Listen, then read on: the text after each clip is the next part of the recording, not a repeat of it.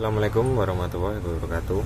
Perkenalkan, saya Eka Kurnia Rahman dengan NIM 34302000031. Sini saya akan menjelaskan pembelajaran IPS SD. Strategi pembelajaran IPS SD. Strategi pembelajaran merupakan suatu cara atau pola yang digunakan oleh guru di dalam perwujudan kegiatan belajar mengajar.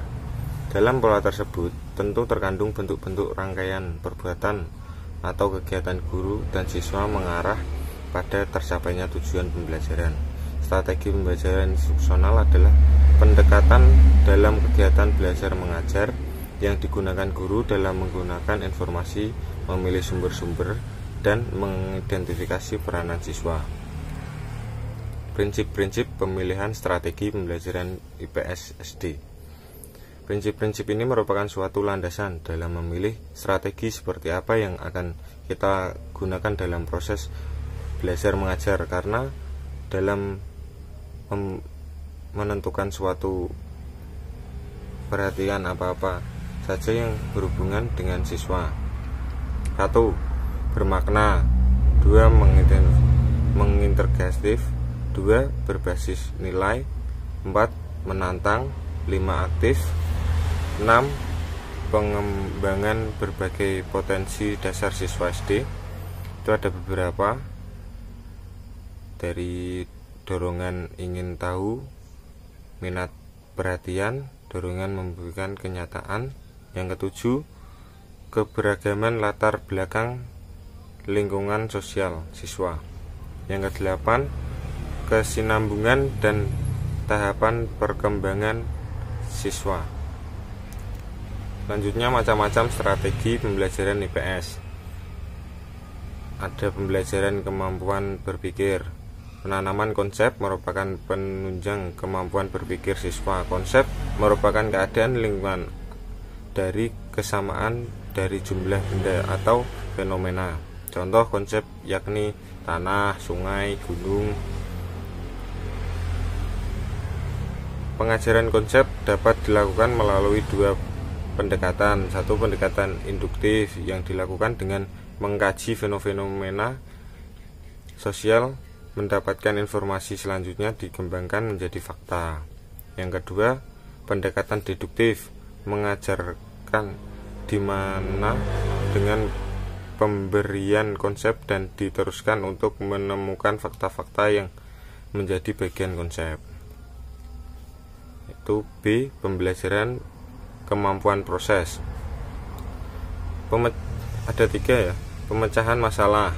Dengan cara pendekatan akan terjalin sebuah komunikasi yang baik antar guru dengan siswa, sehingga guru dan siswa tidak ada pembatas. Yang mana jika tidak ada pembatas antar guru dan siswa, maka dengan mudah untuk mencari atau mengetahui jalan keluar suatu permasalahan. Yang kedua, inquiry. Inquiry ialah siswa mampu menentukan jawaban sendiri dan pertanyaan-pertanyaan yang timbul. Pengajaran inquiry merupakan bentuk pengajaran yang mengenalkan konsep-konsep secara induktif. Yang ketiga, portofolio. Kemampuan pekerjaan peserta didik dengan maksud tertentu dan terpadu diseleksi menurut panduan-panduan yang ditentukan. Portofolio biasanya merupakan karya terpilih dari seorang siswa, tetapi dapat juga berupa karya terpilih dari suatu kelas secara keseluruhan yang bekerja secara kooperatif. Selanjutnya, yang C, pembelajaran kooperatif.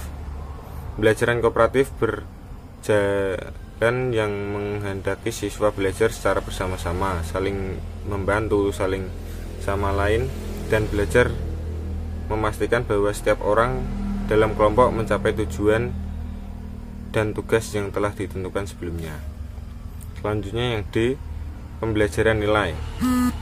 Bermain peran. Pembelajaran nilai ada 2. Satu, bermain peran. Dalam proses belajar bermain peran, siswa diajak untuk berpikir, berperan, dan bertindak bukan sebagai dirinya tetapi sebagai orang lain. Yang kedua, sosiodrama. Dalam sosiodrama, sebuah peran dapat ditentukan secara langsung setelah sebuah permasalahan sosial dibahas oleh guru di dalam kelas. Selanjutnya yang E, pembelajaran peta dan globe. Pembelajaran keterampilan peta dan globe merupakan salah satu metode pembelajaran geografi. Namun, pembelajaran ini tak hanya menunjang pembelajaran geografi saja. Pembelajaran sejarah, pendidikan kewarganegaraan, sosial, bahkan bahasa Indonesia. Dalam pembelajaran ini diharapkan mampu membaca dan menunjukkan tempat serta analisa dalam beserta peta dan grafik kita. Ketahui, peta tidak hanya menunjukkan lokasi suatu daerah, namun dalam peta memiliki segudang informasi mengenai penduduk, tempat wisata, pertambangan, dan lain-lain. Selanjutnya ada F, pembelajaran aksi sosial. Pembelajaran aksi sosial merupakan pola dan aktivitas pembelajaran siswa, baik dari dalam ataupun dengan kelompok, yang dilakukan dengan keterlibatan masyarakat sebagai aktivitas, di mana siswa mendemonstrasikan kepedulian terhadap masalah-masalah sosial.